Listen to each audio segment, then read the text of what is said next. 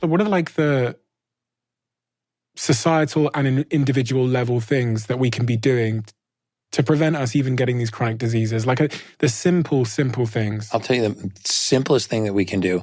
First, we should think about having an invisible fence around us, right? Like a little force field. And we should filter things before they make it to the temple. Because either we can filter things for the temple or we can let the temple be the filter. So you can drink tap water. And if you drink tap water, your body will filter out the fluoride, the chlorine, the microplastics, the pharmaceuticals. Or you can filter your water before you drink it, right? And take one toxic load off your body. So what I would say is probably 5 things that I would commit to doing on a regular basis. Number 1 is upon waking, I would drink a mineralized water. I would take 10 ounces of water and I would add either a Celtic sea salt or a Baja Gold salt to my water. The reason for that is that most of us are deficient in some or several of the trace minerals in our body, the boring ones, boron, manganese, molybdenum, selenium, and stir it up and just whack it back. The second thing I would do is... You're not talking about table salt here? No, not sodium chloride. No, I'm talking about Baja Gold sea salt. That's probably the best salt that you can put in the human body because it has all 91 trace minerals. It's tested down to 250 parts per billion from microplastics and glyphosates. Only about 75% of that sodium crystal is actually sodium. The rest of them is all of these trace minerals. You can get very close to that with Celtic salt, right? And if you can't get Celtic salt, then you could move to a pink Himalayan sea salt. The problem with pink Himalayan sea salt recently is that a lot of it has heavy metals because it's coming out of China. So I would say the best salt is Baja Gold. A great salt is Celtic salt. And a decent salt is pink Himalayan sea salt. Forget table salt. I would just get that permanently out of your life. Okay, so number 1, I have my Baja. Mineralize. Cool. And then number 2, I would take a DHEA, EPA fish oil supplement or a fatty acid supplement with DHEA or EPA oil. An MCT oil. I would take a fatty acid oil in the morning. An omega supplement. An omega. Omega-3. An omega-3 supplement. And then I would develop a morning routine that included the basics from Mother Nature: sunlight, grounding, breath work, cold shower. Okay, so I want to zoom in here on grounding. Mm-hmm. I'm a huge fan of grounding. My girlfriend grounds. And again, listen, my girlfriend's much smarter than I am, it transpires, because everything she says, I think I said this to you last time, everything she says to me, eventually I sit here with like a neuroscientist a year later and turns out she was absolutely right. And I thought she was a little bit cuckoo for thinking that getting outside in the morning and putting her feet on the ground were at all beneficial. But I've been told time and time again it is. What is grounding and why does it help? So we get 3 things from Mother Nature, right? We get magnetism from the earth, we get oxygen from the air, we get light from the sun. The further we get away from those things, the sicker we become. Really? Yes, so absolutely. The magnetism piece, it sounds like spiritual cuckoo stuff. I mean, probably 10,000 years ago, they probably thought the same thing about gravity, but the earth has a low Gauss current, right? I mean, we were meant to spend 85% of our time outside. We spend 97% of our time indoors now. The truth is most of us are not getting enough sun. We're not getting too much sun. We're not getting enough sun. And, because of the way we eat and seed oils and everything that are oxidizing in our skin, our cancer rates are exploding, but not because of our sun exposure. It's because of our diet. And we can talk about that later. But when you touch the surface of the earth, when bare feet touch bare soil, grass, sand, we discharge into the earth. And by that, I mean you actually change the polarity in the body. And this is measurable. In fact, if you want to do a little experiment, find somebody that has a microscope, a basic microscope, and get a slide, and just take a prick your finger and take a drop of your blood and put it on that slide, smear it around, and look at it under the microscope. I think I have a video of this on my Instagram. And what you'll see when you look at your blood in real time is you'll see most of your red blood cells are stuck together and clumped up. Not clotted, but they're attracted to each other. Because when cells have the same charge, they repel. When they repel, it increases the amount of surface area that cell has to contact the outside environment. So now it can exchange waste, it can eliminate waste, detoxify, repair, can regenerate. So imagine that you have bloodstream full of red blood cells and they start to get opposite charges. So they attract. And when they attract, they touch. And everywhere that they touch, that cell loses surface area to exchange with the outside environment. When you touch the surface of the earth for a few minutes, you will repolarize those. Prick your finger 10 minutes after you come inside, put it back on that same slide, look at your blood. It's going to look like eggs slithering around in a bowl of oil. They will bump into each other and they'll be sliding around, but they will not be clumped together and stuck. So what's going on then? It must be what coming through my feet? The charge coming through my feet? Yeah, so you're actually discharging into the earth. You're exchanging ions. It's a low Gauss current. So like a magnet, you're exchanging ions with the earth and you're discharging. You're grounding. What if I live on the ground floor? Do I still have to go outside? Yes, you got to touch bare dirt, soil, grass, sand.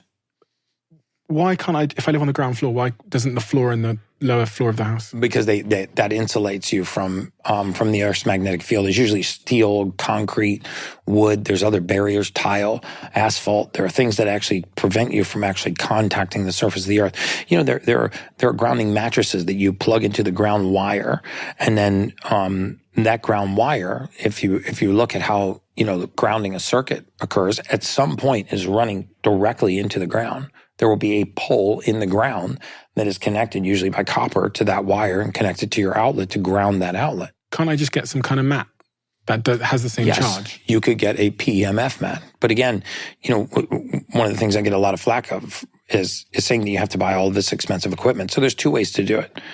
You can buy a pulse electromagnetic field mat, a PEMF mat. I have one. They cost about $5,000. So if you got $5,000 lying around, it's one of the best investments you can make. You put it in your bed, you go to sleep on it, you run a low Gauss current at night. It will help get you into a deep sleep. You'll wake up alkaline every morning. It will push the electrosmog right out of your body, because PEMF gets rid of electrosmog, 5G, Wi-Fi. When you say you'll wake up alkaline every morning. So when you change the pH of the blood is a pretty narrow range. It's about 0.5 of a point. It's about half a point.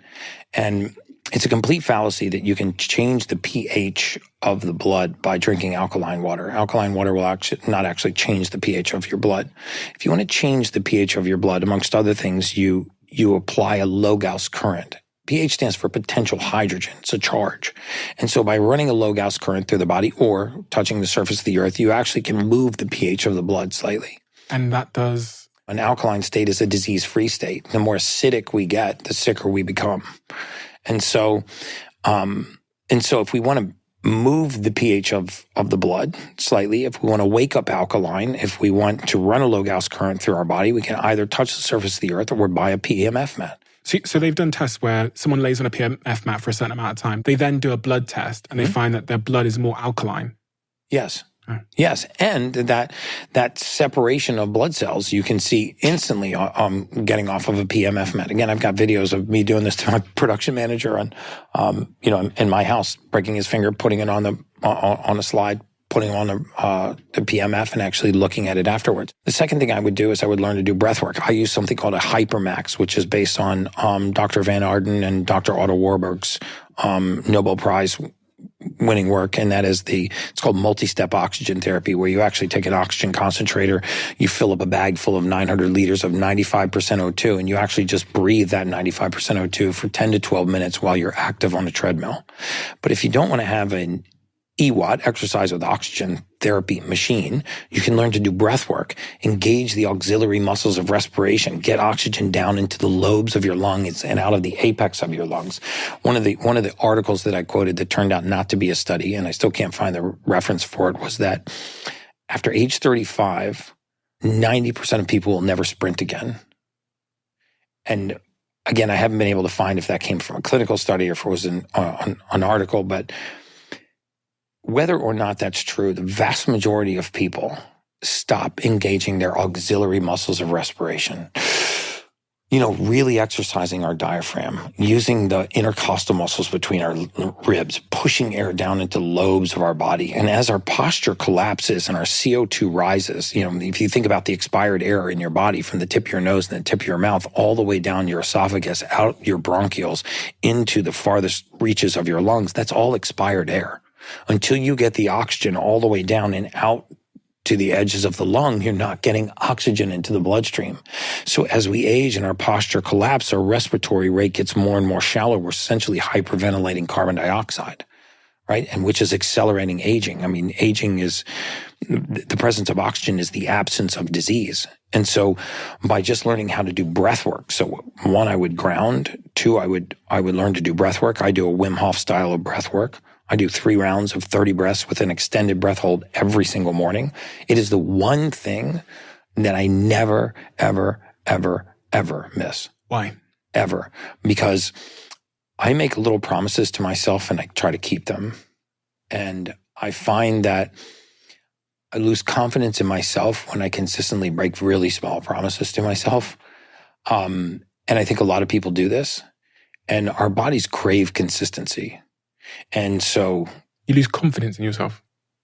You say, I'm going to go to bed at, 10:30 tonight, and you go to bed at 1 a.m., and then you say, I'm going to work out and first thing in the morning, and you actually don't work out.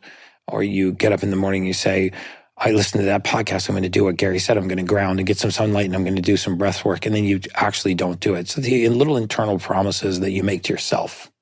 And I feel like a lot of people break these little promises to themselves. If they're not making them to their spouse or to their kids or to their partners, or, they're not the big promises that everybody knows about. And I think it nibbles away at our self-confidence and our own ability to trust ourselves. And so I have a morning routine. I'm very consistent with it. But the one thing that is portable for me is the ability to get outside and ground and do breath work. And I never, ever, ever miss. I can't even tell you how many years I've gone without missing a single morning of breath work. The other thing that it does for me, because, human beings crave consistency.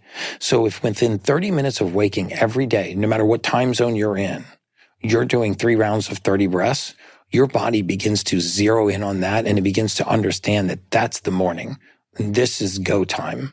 And so simple to do. When I'm here, I wake up, I might be at a different time because I'm usually on the East Coast, so I wake up earlier here, but I open the door, I go out on the balcony, I sit on the chair, it's nice and cool outside, I face the sun, and I do 3 rounds of 30 breaths every single day.